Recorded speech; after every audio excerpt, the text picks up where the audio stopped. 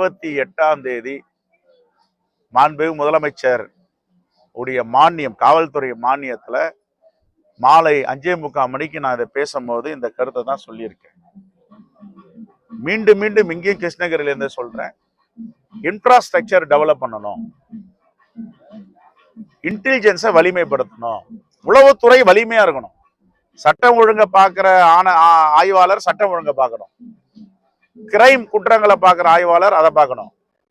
பட்ஜெட்ல காவல்துறைக்கு ஒதுக்கி இந்த சட்டம் ஒழுங்கை பாதுகாப்பதற்கும் சமூக விரோதிகளை ஒடுக்குவதற்கும் இந்த இன்டெலிஜென்ஸ் டிபார்ட்மெண்ட்டை பவர்ஃபுல் டிபார்ட்மெண்ட்டா மாற்றணும். இவர்கள் கொடுக்கும் தகவலின் அடிப்படையில தான் நடவடிக்கை எடுப்பாங்க. டிஸ்ட்ரிக்ட்ல பாத்தீங்கன்னா ஒரு ஆய்வாளர் இருக்கார், அவர் தான் எஸ்எஸ்பி, ஸ்பெஷல் பிரான்ச்சோட இன்ஸ்பெக்டர். அது போதாது, deputy superintendent of police or additional superintendent of police இருக்கணும். ஒரு டிஸ்ட்ரிக்ட் எஸ்பி ஐபிஎஸ் இருக்காருன்னா அவர் கீழே குறைந்தபட்ச இன்டெலிஜென்ஸ் உடைய சீஃப் டிஎஸ்பி இருக்கணும். சென்னை மாநகரங்கள், கோயம்புத்தூர், மதுரை, திருச்சி, சென்னை போன்ற இடத்துல வந்து ஐஜி லெவல்ல ஒரு இன்டெலிஜென்ஸ் சீஃபா இருக்கும். இதுதான் எங்களுடைய வேண்டுகோள். பேசியிருக்கோம், சட்டப்பேரவையில் கண்டிப்பா மாண்பு முதலமைச்சர் நிறைவேற்றுவார். வந்து திமுக கூட்டணி வச்சு 40 தொகுதியில வெற்றி பெற்றீங்க. காங்கிரஸ் கட்சியை வலுப்படுத்த அடுத்த கட்டம் நகர்வு என்னவா இருக்கும்? அது தானா வலிமையாயிட்டு இருக்கு. காங்கிரஸ் கட்சி என்பது இந்த உலகத்திலே இல்லாத அருமையான சித்தாந்தம் உள்ள கட்சி. இப்ப பாருங்க, நாங்க ஒண்ணுமே செய்யல. ஒரு 10 நாளா அண்ணாமலை பேசுறார், காங்கிரஸ் கட்சி வைப்ரண்ட் ஆயிடுச்சு. நாங்க யாரை பத்தி எதனா பேசணுமா? நாங்க அரசியல் பேசுறோம், உண்மையை பேசுறோம், நேர்மையா பேசுறோம். அவர் ஒரு தனிநபர் தாக்குதல் பண்ணாரு. காங்கிரஸ் கட்சிக்காரங்கெல்லாம் இந்த தேச விடுதலைக்காக போராடினவங்க. தமிழ்நாட்டில் இருக்க காங்கிரஸ் கட்சியுடைய தோழர்கள், தலைவர்கள், கேடர்கள் எல்லாமே அவங்க அப்பா, அவங்க தாத்தா, அவங்க மூதாதையர் சுதந்திர போராட்ட தியாகிகள், இந்த மண்ணை நேசிப்பவர்கள். ஒரு வார்த்தை பேசின தமிழ்நாடு முழுவதும் காங்கிரஸ் கட்சி வைப்ரண்டா பண்ணியிருக்காரு. இப்போ காங்கிரஸ் கட்சியை வலிமைப்படுத்துவர் வந்து அண்ணாமலை தான். அவருக்கு நன்றி. இதே மாதிரி என்ன தனிநபர் தாக்குதல் பண்ணணும், பேசணும், எங்க கட்சி வலிமை அடையணும். தொடர்ந்து வலியுறுத்தி கொண்டிருக்கிறோம். தேவைப்பட்டால் கர்நாடக அரசை எதிர்த்து தமிழ்நாடு காங்கிரஸ் கமிட்டி சாத்வீக முறையில் காந்திய வழியில் போராடவும் தயாராக இருக்கு. அரசியல் சூழல் பார்க்கும் பொழுது சித்தாந்தங்கள், கொள்கைகள் தாண்டி தனிநபர் தாக்குதலாகவே இருக்கு. இது எப்ப பாரதிய ஜனதா கட்சி RSS என்ற ஒரு சித்தாந்தம் வந்ததோ, ஒரு சமூகத்தை குறிவைத்து தாக்குவது, தனிநபர்களை குறிவைத்து தாக்குவது தமிழ்நாட்டில் குறைவு. வட மாநிலங்களில இது மிகவும் அதிகம். இப்போ ஒரு 2 வருஷமா தமிழ்நாட்டுல இது பெருசா தலை தூக்குது. ஆனா தமிழ்நாட்டு மக்கள் இதை தலை தூக்க விட மாட்டார்கள். தமிழ்நாட்டு மக்கள் அதை பார்த்து கொள்வார்கள். இதற்கு முன்னதாக அதிமுகவுடைய தலைவர்கள், மறைந்த தலைவர்களாகட்டும், தற்போதைய பொறுப்பாளராகட்டும், இவர்களை மேல ஒரு தாக்குதல் நடத்தப்பட்டது. அதாவது விமர்சனங்கள் கடுமையாக வைக்கப்பட்டது. இப்ப அடுத்த கட்டமா நேரடியா உங்ககிட்ட வர்றாரு அண்ணாமலை. வெறுப்பு அரசியல், அதை தவிர எதுவுமே தெரியாது. நாங்க கூட ஏறக்குறைய 40 ஆண்டுகளுக்கு மேல பொது வாழ்க்கையில இருக்கோம். பொது வாழ்க்கையில இருக்கும்போது நாங்க யாரையும் வெறுப்பு அரசியல் தாக்கி எந்த சமூகத்தையும், எந்த சாதியையும், எந்த மதத்தையும், தனிநபரை தாக்குவது கிடையாது. என்ன குறை நிறைகளை பேசுவோம், எதை செய்ய வேண்டும், எதை செய்யக்கூடாது என்று பேசுவோம். ஆனால் இவர்கள் உடைய பாரம்பரியம், சித்தாந்தம் தனிநபர் தாக்குதல். அடுத்தது வந்து ஆளை வச்சு தாக்குவாங்க. இப்ப இது ஆரம்பம் தானே, அடுத்தது ஆளை வச்சு தாக்குவாங்க. இதெல்லாம் உத்தரப்பிரதேசத்துல, ராஜஸ்தான்ல, மத்திய பிரதேசத்துல, வட மாநிலங்கள் இருந்த இந்த சித்தாந்தம் தமிழ்நாட்டில் ஒரு சிலரால் கட்டவிழ்த்து விட முயற்சி நடக்கிறது. அந்த முயற்சி ஒருபோதும் பலிக்காது. கைது செய்யப்பட்டார் மறைந்த முதல்வர் கருணாநிதி அவர்கள் ஒரு பாடல் பாடியதற்காக கைது செய்யப்பட்டார். அது மிகப்பெரிய விமர்சனமா மாறுது. நேற்று நீதிமன்றம் அவரை வெளியிட்டிருக்காங்க. அந்த வழக்குல இருந்து வெளியில வந்திருக்காரு. இருந்தாலும் சீமான் போன்றவர்கள் அதை இன்னும் கொஞ்சம் பிரபலியப்படுறாங்க. இல்ல, மறைந்த தலைவர்கள் ஒரு தலைவரும் அவர்களால் முடிந்ததை தமிழ்நாட்டிற்கு கொடையாக அளித்திருக்கிறார்கள். அது எந்த மாற்று கருத்து இருக்க முடியாது.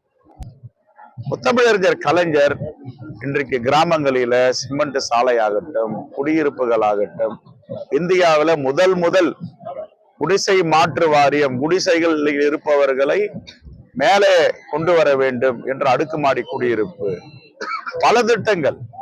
கை ரிக்ஷா என்று இருந்தது, பல்லக்கு என்று சொல்லுவார்கள். கம்யூனிஸ்ட் ஆளும் மாநிலங்களிலே அந்த பல்லக்கு ஒழிக்க முடியவில்லை. முதலில் இந்தியாவில யாரும் ஒரு தனி மனிதனை உட்கார வைத்து தனி மனிதனை உட்கார வைத்து தனி மனிதனை இழுக்க கூடாது, சைக்கிள் ரிக்ஷா கொண்டு வர வேண்டும் என்று அதை ஒழித்தவர். இப்படி ஏராளமான பொன்னெழுத்துக்களால் எழுதக்கூடிய திட்டங்களை கொண்டு வந்தவர். பெருந்தலைவர் காமராஜருக்கு பிறகு முத்தமிழறிஞர் கலைஞர் அவர்கள் நல்ல திட்டங்களை கொண்டு வந்து இருக்கிறார் என்றால் மாற்று கருத்து யாருக்கும் இருக்க முடியாது. ஆனால் இப்படிப்பட்ட தலைவர்களை அவர்கள் காலமாகிய பிறகு கொச்சைப்படுத்துவது, கேவலப்படுத்துவது, அருவருப்பான அரசியல் செய்வதை தவிர்க்க வேண்டும். இப்ப நீங்க பெயில்ல வந்துட்டாரு, நீங்க பெயிலபிள் செக்ஷன்ல போட்டா பெயில்ல தான் வருவாங்க. போட்ட வழக்கு வந்து பெயிலபிள் செக்ஷன், அதனால பெயில்ல வந்துட்டாங்க. நான் பெயிலபிள் செக்ஷன்ல போட்டா பெயில்ல வர முடியாது, சிறைக்கு போயிட்டு வரணும். விமர்சனம் செய்யுங்கள், எல்லாருக்கும் எழுத்துரிமை, பேச்சுரிமை, கருத்துரிமை இருக்கு. அந்த விமர்சனம் என்பது ஒருவரை பாதிக்காமல் பார்த்து கொள்ள வேண்டும். கையை நீட்டி நடக்கலாம், அதுக்குதான் சுதந்திரம். ரெண்டு கையை வீசி வீசி நடக்கலாம். வீசி நடக்கும் போது பிறருடைய மூக்கை தொடக்கூடாது. சட்டம் ஒழுங்கு பிரச்சனைகள் இந்த 3 ஆண்டுகள்ல திமுக அரசுடைய சட்டம் ஒழுங்கு பிரச்சனையை கையாளுறதுல உங்களுடைய பார்வை? சட்டம் ஒழுங்கு சிறப்பாக கையாளுகிறார்கள், மாற்றுக்கிறது இல்லை. இன்னும் கடுமையாக்க வேண்டும். அதை இன்னும் சமூக விரோதிகள் கொள்ளையில் ஈடுபடுகிறார்கள். குறிப்பாக குஜராத்தில இருந்து போதைப் பொருட்களை தமிழ்நாட்டுக்கு கடத்தி வரப்படுகிறது. இதை ஒன்றிய அரசு தடுத்து நிறுத்த வேண்டும். அவர்களிடம் தான் பார்டர் செக்யூரிட்டி போலீஸ் இருக்கு, ஆர்மி இருக்கு, நேவி இருக்கு, கோஸ்ட் கார்டு இருக்கு, இன்டெலிஜென்ஸ் இருக்கு. எப்படி ஒரு தேசத்தில் இருந்து ஆப்கானிஸ்தான்ல தான் ரூட் ஆகுதுன்னு சொல்றாங்க. கான்லா துறைமுகம், முந்த்ரா துறைமுகம், கிருஷ்ணாபட்டினம் துறைமுகம் மூலமா இங்க வருது. அப்ப குஜராத்ல இருக்க அந்த கான்லா துறைமுகம், முந்த்ரா துறைமுகம் அதானியோட துறைமுகம். அதானி யாருன்னு எல்லாருக்கும் தெரியும். அங்க இருந்து கிருஷ்ணாபட்டினம் துறைமுகம் யாருடைய துறைமுகம்? அதானியுடைய துறைமுகம். இவர்கள்லாம் யாருக்கு நெருக்கமானவங்க தெரியும். அங்க இருந்து தமிழ்நாட்டுக்குள்ள இந்த போதைப் பொருட்களை விடுறாங்க. இதை தமிழ்நாடு அரசு இரும்பு கரம் கொண்டு ஒடுக்க வேண்டும். சட்டம் ஒழுங்கு சரியில்லைன்னா கடந்த 10 ஆண்டுகளாக ஒரு வருடம் நானும் எடுத்து பார்த்தேன். கொள்ளைகள், குற்றங்கள் இந்த 3 ஆண்டுகள்ல அதை ஒப்பிடும் போது குறைவா தான் இருக்கு. நானும் அதுக்குள்ள போக விரும்பல. ஆனா சரியா அப்படின்னா சரியில்லை. 0 கிரைமா கொண்டு வரணும். அதுதான் எங்களுடைய பார்வை, எங்களுடைய விருப்பம், எங்களுடைய வேண்டுகோள். ஆனா இது குறிவைத்து ஆட்சியாளரை தாக்கப்படுகிறார்களா என்பதை விட தலித்துகளை தாக்கப்படுகிறார்கள். இப்ப சந்தீப் ராய் ரத்தோர் யாரு? Commissioner of police. அவர் ஒரு தலித். அப்ப தலித்துகள்லாம் அதிகாரிகளா, ஒரு ஆளுமை மிக்க அதிகாரிகளா இருக்க முடியாதா? இப்ப ஒன்றிய அரசு, மோடியுடைய அரசுல நீங்க டெல்லியில போய் பாத்தீங்கன்னா எல்லாமே ஓபிசி யாருன்னு பார்த்தா ஒரு 2-3 பேர் தான் இருப்பாங்க. எஸ்சி யாருன்னு பார்த்தா ஒருத்தர் தான் இருப்பாரு. ஆனா 80-85 விழுக்காடுக்கு மேல ஓபிசியும் இல்ல, பிற்படுத்தப்பட்ட மக்களும் இல்ல, மிகவும் பிற்படுத்தப்பட்ட மக்களும் எஸ்சியில யார் உட்காந்து இருக்காங்க அங்க.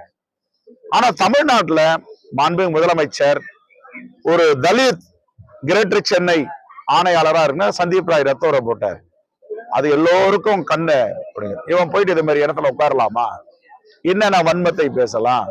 அப்ப அப்படின்னா தலித் அதிகாரிகள் ஆளுமை மிக்கவர்களா? சட்டம் ஒழுங்கை கட்டுப்படுத்த முடியாத திறமையற்ற என்ன சொல்ல வரீங்க நீங்க? ஏதோ ஒரு செய்தி சொல்றீங்க, பின்னாடி பதுங்கி சொல்றீங்க, ஒரு குற்றத்தை கையில எடுத்துட்டு க்ளோஸ் பண்றீங்க. இதையும் மக்கள் பார்த்து கொண்டு இருக்கிறார்கள்.